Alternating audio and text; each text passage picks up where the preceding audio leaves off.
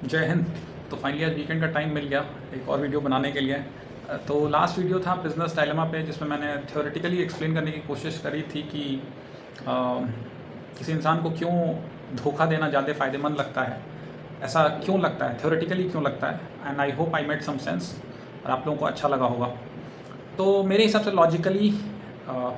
Logical sequence में उसके बाद मेरा नेक्स्ट टॉपिक होना था zero sum view of power and then moving onwards in general theory of power क्या है एंड ऑल। बट उससे पहले अभी चूँकि धुरंधर का टाइम चल रहा है, तो उससे ज़्यादा एक रेलिवेंट टॉपिक मुझे समझ में आया जिस पर मुझे लगा उस पर पहले वीडियो बनाना चाहिए। Will come back to that topic I just mention later videos.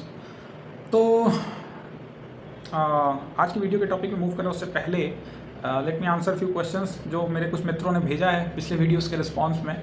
So they goes like, why don't you promote your videos और channel in general, why don't you refine your videos, why they are so crude, ऐसे ही और similar questions. तो भाई बात यह है कि मेरा कोई बहुत प्रोफेशनल मॉनिटरी एम नहीं है ये चैनल का, ना ही कुछ ऐसा मतलब कोई लॉन्ग टर्म एजेंडा है। I am just doing it for fun. और मेरे पास टू वेरी ऑनेस्ट अभी बैंडविड्थ वो है नहीं कि मैं मतलब वीडियोज़ रिफाइन करूँ, एडिटिंग करूँ एंड या करवाऊँ, ऐसा कुछ अभी है नहीं on my plan. Let's see, कभी बाद में अगर हुआ तो वाई नॉट। तो फिर हाँ, आज के मुद्दे पे आते हैं। मैंने कुछ दिनों पहले ये बुक मेंशन करी थी, एन इंडियन स्पाई इन पाकिस्तान, और आई गेस इसका एक हिंदी वर्जन भी है, मैं भारत का जासूस था पाकिस्तान में, भाई मोहनलाल भास्कर। इनको शिमला समझौते में वापस लाया गया था। He was imprisoned in Pakistan jail. तो इसमें से मैंने अपना एक फेवरेट चैप्टर मेंशन करा था इस बुक से, which goes with the title Raja Gul Anar Khan अ चंद्रवंशी राजपूत। तो मुझे ये एक्सप्लेन करना था कि ये चैप्टर मेरा फेवरेट है क्यों। और इनफैक्ट आपको ये पूरी बुक पढ़नी चाहिए, वेरी ब्यूटीफुल बुक, और फर्स्ट हैंड अकाउंट है।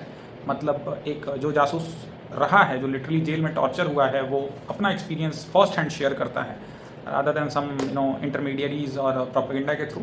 तो ये ज़्यादा वैलिड अकाउंट है, तो you should, I mean you must read it in fact. तो इससे पहले कि ये मैं एक्सप्लेन करूँ कि ये मेरा चैप्टर क्यों फेवरेट है, इससे पहले मैं डिस्क्लेमर दे दूँ, क्योंकि बहुत सेंसिटिव टॉपिक है ये, और इसके फेवरेट होने का भी रीज़न जो है वो भी बहुत सेंसिटिव है। तो it deals with religion and caste. तो मेरा डिस्क्लेमर ये है कि देखिए क्या है कि बहुत एक फेमस सोशियोलॉजिस्ट ने कहा था ना कि everyone carries a mental image of every other community in their head. हम हर समाज के हर तबके की एक मानसिक छवि लेके घूमते हैं अपने साथ, और उस तबके से आने वाले लोगों को उस हिसाब से जज करते हैं, राइट। बट जैसे जैसे आप एकेडमिकली पढ़ते हो और दुनिया एक्सपीरियंस करते हो, और ईमानदारी से एक्सपीरियंस करते हो और ऑनेस्टली अपने ओपिनियन बनाते हो आप दुनिया के बारे में, तो बाद में आपको यही समझ में आता है, जो कि बहुत बेसिक सी बात है, कि हर कम्युनिटी में अच्छे लोग होते हैं, हर कम्युनिटी में बुरे लोग होते हैं। तो एक अच्छे बैट्समैन की तरह you have to play the ball not the bowler. आप बॉल जैसी आ रही है उस हिसाब से खेलिए, ना कि बॉलर के नाम पे कि ये तो बेकार बॉलर है, बढ़िया बॉल फेंकेगा नहीं, या फिर ये बहुत बढ़िया बॉलर है, बेकार बॉल नहीं फेंकेगा। आई होप मैंने उसको सही ऑर्डर में बोला। सो मतलब जो एक राइट कंक्लूज़न है वो यही होता है इंसान के एक्सपीरियंसेस के साथ, कि कहीं भी आपको अच्छा इंसान मिल सकता है और कहीं भी ख़राब इंसान मिल सकता है। सो इस कॉन्टेक्स्ट में मेरा पर्सनल लाइफ एक्सपीरियंस ये है कि मेरा और मेरी सिस्टर के जो फर्स्ट टीचर थे, he was from scheduled caste. गांव के मेरे जो सबसे फेवरेट इंसान रहे, ही वॉज अ ब्राह्मण। फिर जो मेरे मिडिल क्लासेस में जो टीचर है, ही वॉज ऑल्सो अ ब्राह्मण। एंड जब भी मैं उनके पैर छूता हूँ, मतलब वो आँखों में वो खुशी के आंसू लेके मतलब वो आशीर्वाद देते हैं कि सम्राट बनो।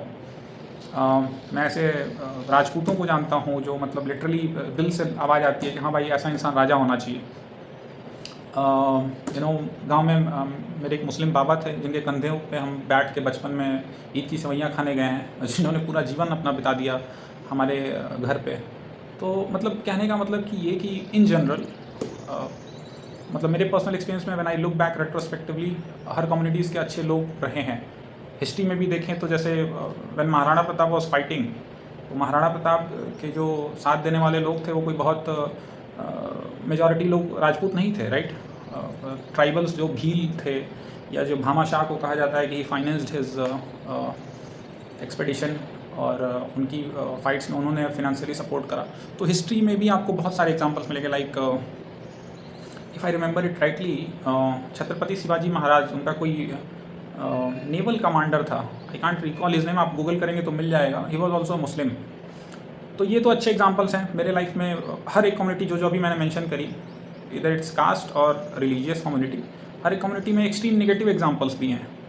तो अभी निगेटिविटी को छोड़ते हैं, अभी पॉजिटिव माहौल ही रखते हैं। निगेटिविटी तो आई होप सबके लाइफ में मेजॉरिटी में ऐसे एग्जांपल्स होंगे, but we have just to make sure कि उन निगेटिविटी से ना हमारा ओपिनियन, जो हमारा निगेटिव ओपिनियन है, वो रीइंफोर्स ना हो। ठीक है, तो ठीक बात है कि आप एक मेंटल इमेज लेके चलते हैं और एक प्रिकॉशनरी आपकी शील्ड अप रहती है, it's good, but that precautionary shield आपको अच्छे लोगों से शील्ड ना कर दे। जस्ट बिकॉज किसी के बारे में आपका प्रेजुड्यूस है, एक नेगेटिव ओपिनियन है, और आप उस चक्कर में अच्छा इंसान आप तक पहुंच नहीं पाता, या आप अच्छे इंसान तक नहीं पहुंच पाते। So that was hell of a long disclaimer, but चूँकि सेंसिटिव टॉपिक है तो मुझे लगा कि पहले मैं डिस्क्लेमर दे दूँ। तो अब आते हैं इस चैप्टर पे कि ये मेरा अच्छा मेरा फेवरेट चैप्टर है क्यों, विच इज़ अगर आप पढ़ें तो ये चैप्टर आपको मिलेगा। तो इस चैप्टर में बेसिकली थोड़ा सा पहले कॉन्टेक्स्ट दे देता हूँ। So since this person was Mohanlal Bhaskar, ये कैप्चर्ड थे, वहाँ इम्प्रिजेंट थे, तो इनका इंटरोगेशन होता था। तो if I am right, if I can recall it right, या FIC जो फाइनल इंटरोगेशन सेंटर है, वहाँ पे जब ये जाते हैं तो एक बहुत ही इल फेमस इंटरोगेटर होता है, बहुत रूड, बहुत क्रूएल आर्मी ऑफिसर, जिसने इनको इंटरोगेट करना होता है। तो इनकी जब बारी आती है तो इनकी हालत पहले से ही ख़राब रहती है, और ये मतलब बहुत काफ़ी डरे हुए होते हैं कि मेरे साथ होगा क्या। तो वो इंसान, फिर इंटरोगेशन स्टार्ट होता है, वो इंसान स्टार्ट करता है कि अपना पहले इंट्रोडक्शन देता है, और फिर इनसे पूछता है कि आप कौन हैं, आपकी कास्ट क्या है। फिर अपना इंट्रोडक्शन देता है और अपने ही एक अपना मोनोलॉग स्टार्ट करता है, और वो बताता है इंसान कि मेरे पूर्वज जो थे वो चंद्रवंशी राजपूत थे।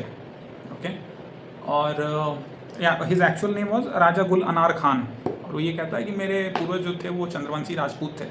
फिर वो पूछता है इंडियन एजेंट से कि क्या लगता है तुम्हें, इस्लाम ने कैसे पैर जमाए इस इंडियन सब कॉन्टिनेंट में।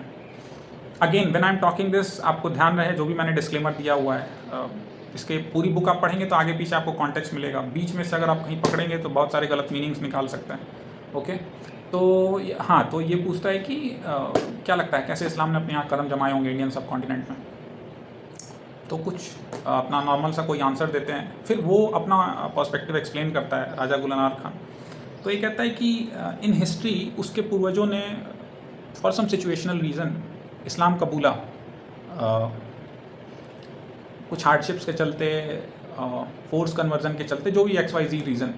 लेकिन फिर वो ये कहता है कि जब उसके पूर्वज वापस कम बैक करना चाहते थे, जब सिचुएशन बेटर हुई, जब वो वापस अपने रिलीजन में लौटना चाहते थे, तो सबसे ज़्यादा जो बहिष्कार हुआ उनका अपने लोगों ने किया, और उन्होंने वो समझने की कोशिश नहीं करी कि मतलब किन हार्डशिप्स के चलते उसके पूर्वजों ने रिलीजन दूसरा एक्सेप्ट करा होगा। मतलब फॉरगिवनेस जो है, क्षमादान की भावना जो थी उसके पूर्वज के अपनों की, वो थी नहीं। उसके मतलब अपनों ने दुत्कार दिया। तो उस बात का जो है जनरेशन दर जनरेशन खुन्नस भरता गया, और ऐसे ऐसे करके जो ये कन्वर्टेड कम्युनिटी थी उसने एंटागोनाइज कर लिया, मतलब हिंदुओं को सबसे बड़ा अपना दुश्मन बना लिया। तो ये आंसर मुझे अपील क्यों किया, I don't know, may be वो उसका कोई एजेंडा हो इस तरह से बात करने का, और कोई माइंड वॉश करना चाहता है, जो भी XYZ। बट अगर ट्रू मेरिट पे जाएं इस आंसर के, तो ये सोच सकते हैं, जैसे हम अपने पर्सनल एक्सपीरियंस में देखते हैं कि जब हम अपनों से धोखा खाते हैं, जिससे हमें बड़ी उम्मीद होती है कि कुछ गलती हो जाए तो भी हमें बचा लेगा, या जब मेरा बुरा समय आएगा तो वो इंसान मेरी मदद करेगा, या मैंने जिसकी मदद की वो ज़रूरत पड़ने पे मेरे काम आएगा, जब उससे धोखा मिलता है तो बहुत एक्सट्रीम दुख होता है। या उसके भी एक स्टेप आगे जाएं तो मतलब रिवेंज वाली फीलिंग आ सकती है, राइट। एक बहुत फेमस मूवी थी ना दिलीप कुमार की, जिसमें पूछता है कि सबसे बड़ा दुश्मन कौन तो वो आंसर देता है सामने वाला बंदा कि सबसे अच्छा दोस्त। तो फिर उसके रिस्पॉन्स में बोलता है कि तुम्हारा ये जवाब मुझे बहुत पसंद आया, वो एक्टर बोलते हैं। तो वही वाली सीन यहाँ पे है, वही वाला सीन यहाँ पे है कि जो हमारे बहुत करीब होता है ना, जब उससे एक्सपेक्टेशंस पे वो इंसान खरा नहीं उतरता है, या जब हमारे बुरे समय आने पे वो नहीं काम आता है, तो बहुत बुरा लगता है। तो इस वजह से ना ये आंसर मुझे काफ़ी अपील करा, काफ़ी अपील करा कि yes that might be the possible reason. हाँ, तो सारी चीज़ का कंक्लूज़न क्या है, वो ये कि अपनों का साथ नहीं छोड़ना चाहिए, इन जनरल किसी का साथ नहीं छोड़ना चाहिए, और किसी कम्युनिटी को जस्ट फॉर रीजंस ऑफ प्रेजुड्यूस किसी कम्युनिटी को इतना ज़्यादा जजमेंटल नहीं होना चाहिए। और जो लास्ट सॉल्यूशन है वो कंपैशन में भी है। लाइक इन्होंने एक बड़ी अच्छी लाइन भी इसमें लिखी है इस कॉन्टेक्स्ट में, where it is, pity that your religion which had risen to great heights of philosophy and is based on compassion was annihilated by its own adherents। मतलब ये बड़ी दुख की बात है कि तुम्हारा रिलीजन जो, मतलब Pakistani agent was talking to Indian agent, वो बात करता है कि तुम्हारा रिलीजन जो इतने फिलोसफिकल हाइट्स तक गया, बड़े दुख की बात है कि अपने ही लोगों के कारण इट हैज़ फॉलन। तो ठीक है, अपने दुश्मन के कही हुई बातों से भी कुछ, दुश्मन के कही हुई बातों से भी कुछ अगर सीखा जा सकता है तो हमें सीखना चाहिए। सो या that's all I wanted to share. और आई होप अगर आप लोगों ने धुरंधर देखी हो तो ये बुक पढ़ने की तीव्र इच्छा आप में जगेगी, और आई होप कि आप पढ़ेंगे तो बहुत कुछ जानने को मिलेगा। सो या that's it. Next video will most probably be on zero sum view of power and theory of power in general. जैसे प्रिजनर्स डायलेमा आपको इंटरेस्टिंग लगा था, आई एम क्वाइट श्योर वो भी काफ़ी इंटरेस्टिंग लगेगा। ओके, सो जो भी मैंने डिस्क्लेमर्स कहे उसके कॉन्टेक्स्ट में ये वीडियो देखिएगा। I hope you enjoyed. Thank you. जय हिंद।